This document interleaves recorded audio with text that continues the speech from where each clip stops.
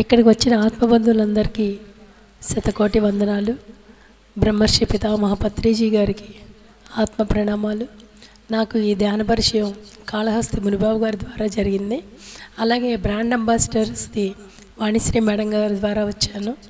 Madam గారు చెప్పగానే చెప్పి బ్రాండ్ అంబాసిడర్గా చేశారు మమ్మల్ని.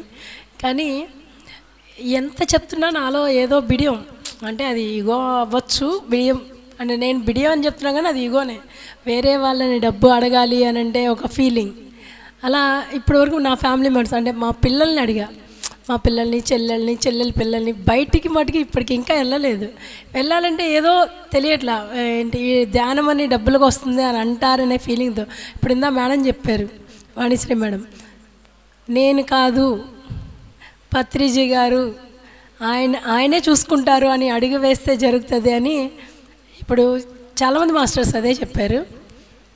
నాకు ఇప్పుడు అనిపించింది, ఓకే నేను కాదు, నాకు కాదు, విశ్వం కోసం వెళ్తున్నా నేను, ఇది నేను చెయ్యాలి. అలాగే ఇందాక ఒక మాస్టర్ చెప్పారు, యద్భావం తద్భావం అన్నట్టు ఆయన అచీవర్గా తీసుకోవాలి. నేను అనుకోలేదు కదా, అంటే అనుకోని ఉంటే ఇప్పటికి చేసేసేదాన్ని. అనుకోకపోవడమే ఇప్పుడు దాకా నేను రీచ్ అవ్వలేకపోయాను అనేది అర్థమైంది. నాకు ఈ బుధవారాలు మన బ్రాండ్ అంబాసిడర్స్కి బుధవారం పూట క్లాస్ పెడతారు కదా. అంటే నేను ధ్యానంలోకి వచ్చి 4 ఏళ్ళు కానీ పూర్తిగా అనేది చాలా తక్కువ.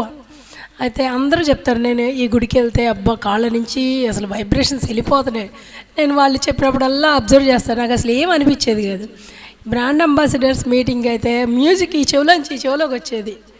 అసలు ఎన్ని ఎక్స్పీరియన్స్లో కాళ్ళ నొప్పి అనిపించేది స్టార్ట్ చేసినప్పుడు. క్లాస్ అయిపోయేసరికి కాళ్ళ నొప్పి అసలు ఉండేదే కాదు.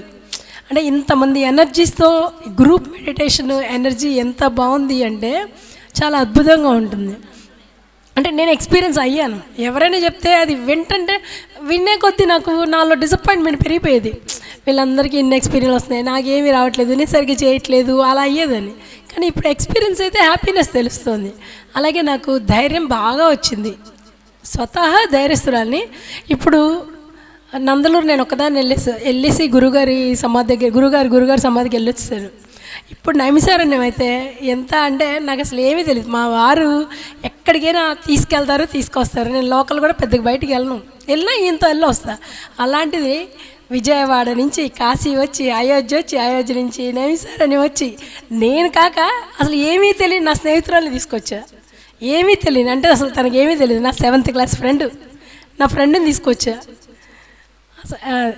అదే ధ్యానంలోకి వస్తే ఏమి రావాలో అవి వస్తాయి, ఏమి పోవాలో అవి పోతాయి అనేది నాకు ఫుల్ ఎక్స్పీరియన్స్. Thank you.